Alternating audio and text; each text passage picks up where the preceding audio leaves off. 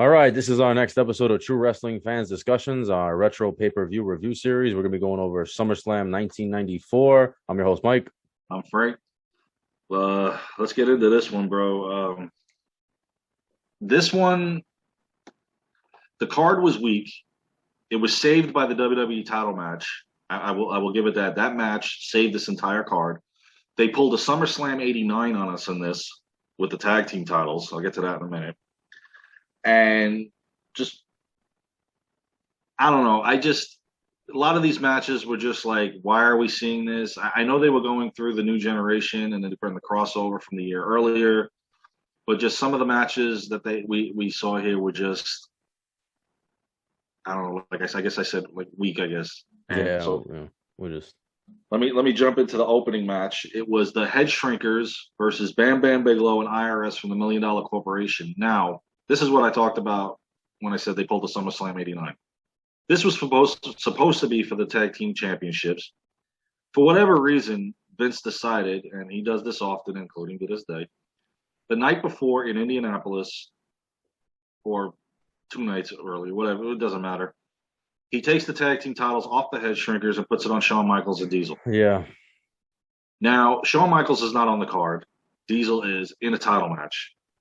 So you took away your tag title match, and now I don't understand why they did this last minute. It made no sense. No, I mean, I understand them putting the belts on Shawn and Diesel because then they wanted to have them as the tag champions and then they break up. But I don't understand why they did it right before the pay-per-view. That didn't make any sense. They could have easily did this the Monday Night Raw, the following it, Yeah, a week later. At least let's have the tag title match that you advertised. And he's always the guy that says, "I guarantee, what I advertise, you're going to see." And well, he guaranteed us a tag title shot, but we didn't get it. yeah. This was just a regular one-on-one match, and Bam Bam Bigelow and IRS win the match. 7 minute, 20 second. Um, it wasn't a good match, but I mean, it was what it was. Maybe it would have been better if the tag titles were defended on this. Who knows? This is where the tag team division was really starting to wind down, where they had nothing. This is why they just put two guys from the Million Dollar Corporation together. So, I mean, for whatever reason, this is what we got, and the Head Shrinkers got the loss. So not only did they Yeah, lose the titles prior, but they lose this one as well. But at least we got to see Captain Lou Albano again. yeah. So I Return. always liked that guy. Our next match was kind of a snoozer. It was for the WWE Women's Championship. Alundra Blaze versus Bull Nakano. For the 100th time. And the one thing that Vince did through 94 and 95 was these were like one-off opponents. He would bring somebody in to face Alundra, they would lose, they go away. Sometimes in Bull Nakano's case, she stuck around for a little bit, but otherwise did nothing. There was always this gimmick to where Luna Vachon was always bringing in somebody to Right, right. face her, and then they couldn't beat her and they go away. So this is where the women's division was kind of weak before Sable and all the rest of them started rolling in, and especially what happened with what Alundra Blaze did anyway. I'm not gonna get into that now. Is all the reason why he was iffy on the women's division. So this was 8 minutes, 10 second match. Alundra Blaze gets the win. The match was kind of weak. The finishing was weak. I thought it could be better. Bull Nakano kind of dominated the match a little bit more than Alundra did. You know, her size and strength. Bull Nakano Yeah, was a pretty so good wrestler in Japan. And even in her small stint at WCW, she was pretty good. Um, I thought the match could have been better, but again, we got what we got. So our next match, I kind of liked because you had Sweetness at ringside. You had in the hometown in Chicago. yeah, this was in the United Center. This was the first event in the United Center Yep, because the inaugural event in the yeah, it United was Center. brand new. They had just built it. Yep, and this was for the Intercontinental Championship. Big Daddy Cool Diesel versus the bad guy Razor Yeah. Ramon, or Kevin Nash versus Scott Hall, whatever you want to do. Shawn Michaels at ringside for Diesel, and Walter Payton in Razor Ramon's corner. This was a pretty good match. Two big guys going at it. I actually did enjoy this one. And at the end of this match, you can start. This is where they start the Shawn Michaels Diesel breakup, because this was the first of the Sweet Chin music.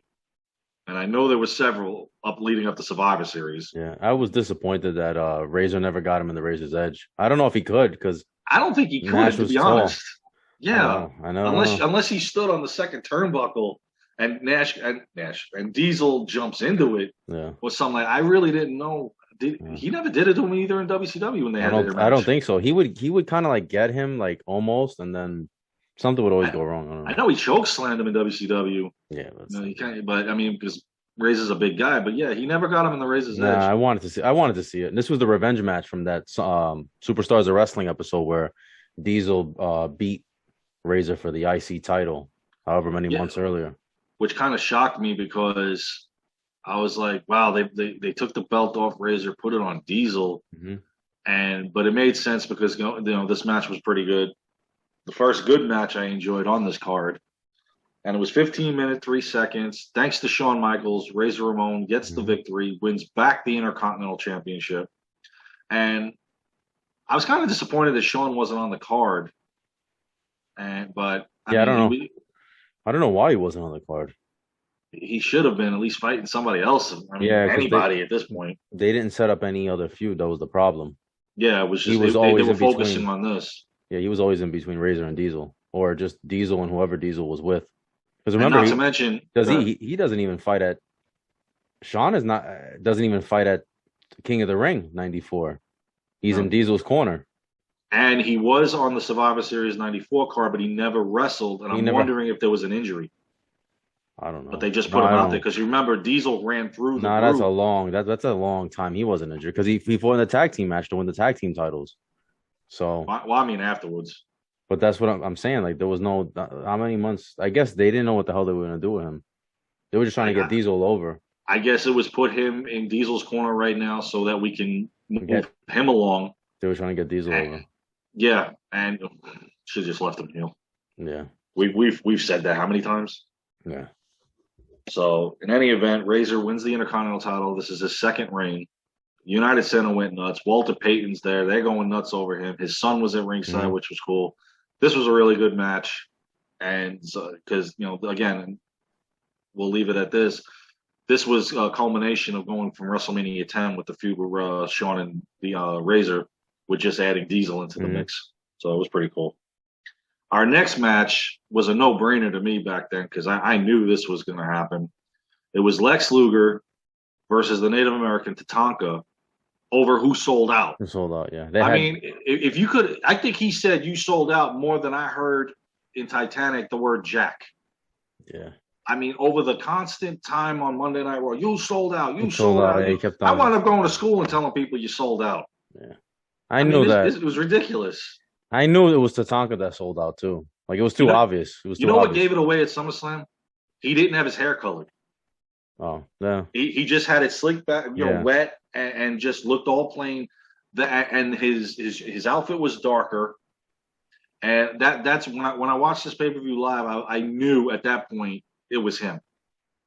And I mean I think they tried to oversell this. Yeah, they just did. It was you knew it was Tatanka. Mm-hmm. You knew it was Tatanka. At this point, Ted DiBiase's pulling an NWO here. He's trying to get everybody. Right, yeah. I mean, he even got Nikolai Volkov. I mean, what? And Tatanka was terrible as a heel, man. Yes, he was. He was a really good baby. He was a really good baby face. I could have saw him as an IC champion, but yes, once they turned him heel, it didn't work. Some guys are not meant to be heels. No, and some guys aren't meant to be baby faces. Yeah, it just doesn't work. So when they tried the whole thing in 1995 with him feuding with Bam Bam Bigelow, I kind of knew he had one foot out the door. Yeah, because you're not coming back from this. Yeah, this was a rematch too from the year before at the King of the Ring '93 when Luger was a narcissist. Yeah, and Tatanka they were both undefeated and they went to a draw. Yeah, but now they're friends and they wrestled. I thought the match was okay. You had the finish was kind of quirky with the roll up. Yeah, but it was because DiBiase distracted him, right? And he rolled up, and then Tatanka rolls up Lex. Yeah. And then he looks at him and goes, hey, yeah. And then he turns on him. and then constantly gives him the beat down. Yeah, DiBiase's telling him, give him one more, yeah. give him one more. And again, if you had the monthly pay-per-views back then, this feud would have made more sense Yeah. and maybe helped Tatanka along. But since they still only had the 5 pay-per-views at that point, the next one you're going into is Survivor Series. What are you going to do? We're going to have to wait. You're the lucky you get it on a Monday Night Raw. Yeah. So, I mean, the match wasn't even that long. Just little over 6 minutes. It was 6 minutes 2 seconds. Tatanka gets the win, becomes the new member of the $1 Million Corporation. Which by this point, I'm like, you got a band of misfits around here. Yeah. And including the one in the main event. I'll get to that in a second. Our next match, a couple of your favorites. Mabel versus Double J Jeff Jarrett. The worst of the worst. Rap versus country music, as they put it, as Lawler put it.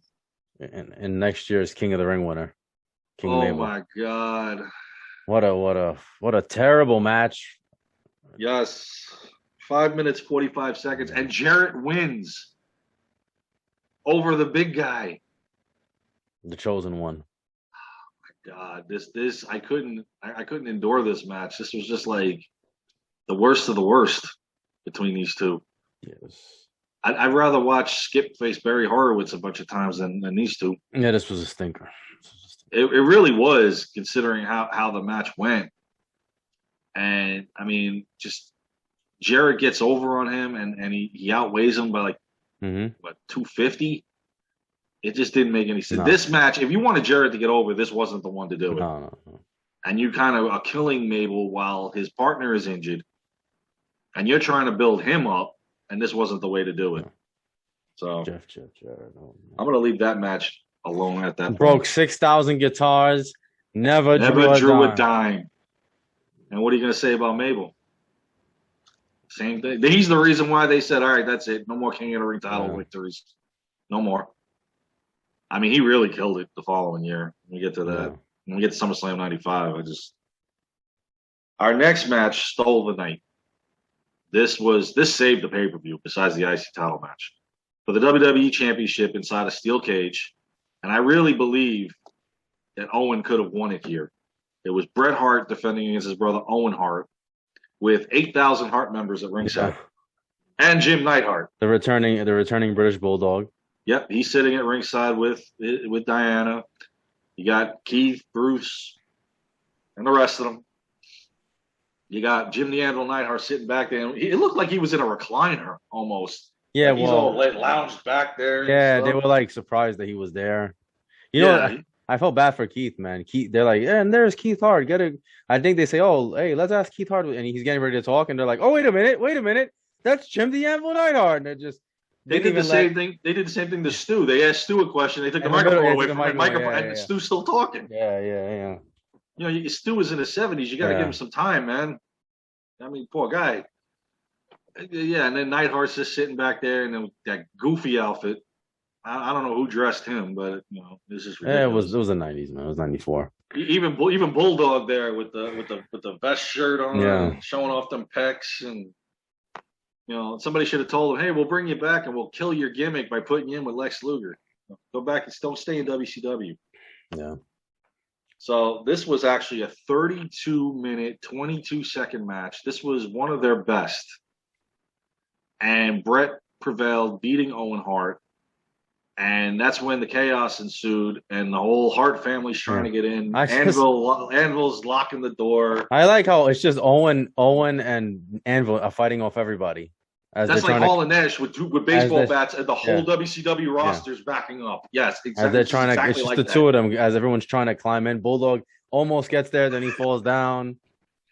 Oh, hilarious! It was great. It was great stuff, though. It was great. It was a good storytelling. It's a great match. The rivalry in the Hart family, and it's considered one of the greatest steel cage matches, if not the best steel cage match of all time. I believe that won match of the year that year. Mm-hmm. We got into it. Yeah, it did. Yeah. Feud of the year too. Yeah, that was a great match. I really believe Owen should have won it. Yeah, but they weren't going to have Bret lose against him because Owen had lost him at WrestleMania. They're not going to have him go over again. Yeah, that's true. So that's pretty much what it was. And again, without the monthly pay-per-views, that could have helped Owen too. Yeah. With this, even for a 1 month run. as champion and fight your brother in a rematch. Honestly, I think the rematch should have been a Survivor Series. I don't think Yeah, Bob Backlund should have even been involved in it. Yeah, instead of I Bob, mean, but that was a stinker. Yeah, I know, but that was I told you what that was because George Foreman won the world heavyweight Yeah. boxing title at 40 something years old. Vince came up with this great idea. Well, let's have Bob Backlund at 40 something years old win the title again. So, but Whatever. it was funny with the Bulldog. It's funny because like he keeps climbing, falling. Finally, when he takes his shirt off and he's fucking super tan, bro. Yeah, like he had like the Hulk Hogan tan, and you see he's Jack, and then he gets over after he gets over, and then like everyone's running. Owen gets the hell out of there. Neidhart's trying to escape, and he grabs Neidhart. He got his shoe. Yeah, he's got his. And then he falls, and then Bulldog just falls backwards. And I think he throws the shoe at him too, right? Yes. Doesn't he launch the shoe at him? That was great. Yep. And then Anvil's walking back there with a sock and a shoe. And they get interviewed, like, what the hell was that? And Anvil tells Brett, stay the hell out of my way. And I'm like, oh, I want to see this match. You know, the Hart Foundation was blown up. I mean, this was great. Again, this saved the pay-per-view. You know what's funny? Well, this is maybe not even funny. This is why Bruce Pritchard is full of it most of the time. So this match went over. I think this match was supposed to be like 20 something minutes, and I guess it went like 10 minutes over. Yeah. And Bruce Pritchard said, "Oh, the reason why the Undertaker versus Undertaker match sucked is because Brett and Owen weren't supposed to go over time, so they couldn't do a longer Undertaker versus Undertaker match." I'm sorry, give me the extra 10 minutes of Bret Hart versus Owen instead of Undertaker versus Undertaker. And give me this as the main event. Right. And this should have been the main event. I understand that, Taker's returning. He's returning, and it's an attraction match, but no, this should have been the main event. This should have been the undercard. They should have just flip-flopped these two instead of what we did get. Yeah, it's the WWF title match. Exactly. Not only that, it's Bret versus Owen. It's not two bums. And your match of the year was the undercard to the main event. I mean, look at that. Yeah. I mean, whatever. But so we get into the Undertaker versus Undertaker. Who was this guy? Leslie Nielsen. Same. Yes. And then the other guy. Yeah. His friend. I forgot his name. He was in a bunch of stuff too. Mm-hmm. They were trying to solve the mystery throughout the case. Yeah, they were like, "Oh, I saw him here. I saw him here," and he ordered a sandwich. Right. It's the Undertaker. Those were so stupid. And when DiBiase said I got him, and they came out with him, I'm like, we know it wasn't Undertaker. Are you for real? You could tell it wasn't him. You could tell it wasn't him. Did he play a good Undertaker on the Monday Night Raws? Yeah, I mean, yes, to the best of his ability, but you could tell it wasn't him. Did he do a good job wrestling the real Undertaker? No. But did the Undertaker give his family member a shot? Yes. This is his cousin. I don't know if that's his cousin. Yeah, they've said it. Brian Lee. I don't know. Yeah, I know Undertaker. Brian Lee was one of the most re-gimmicked guys ever. I know Undertaker was going to kill him at some point because I think he tried to like hook up with his wife or something. I don't know. Something happened there. This is later down the road, but at least the entrance was cool. You know, when Undertaker came out, Paul Bearer came out first with the casket. He came out with the casket. Then he had the big urn with the light flashlight in it coming out of it, and then I think just Jerry Lawler was like, "It's cold in here. It's getting cold in here." And then finally you see Undertaker. That's Undertaker. That's the real. McMahon's going crazy. And oh my god, yeah, is he coming out? And I like that they put the trim in purple. Yeah. I like that they redid that. Yeah, it was a nice touch. The music changed, which was good because they had every so often you have to adapt your character, and change it a little bit. John Cena doesn't think so because Roman and Cena just popped in my head for some reason with that. He evolved his character every so he has to keep it fresh, and you really couldn't see his face during the match because his hair was like really long and he just had the goatee.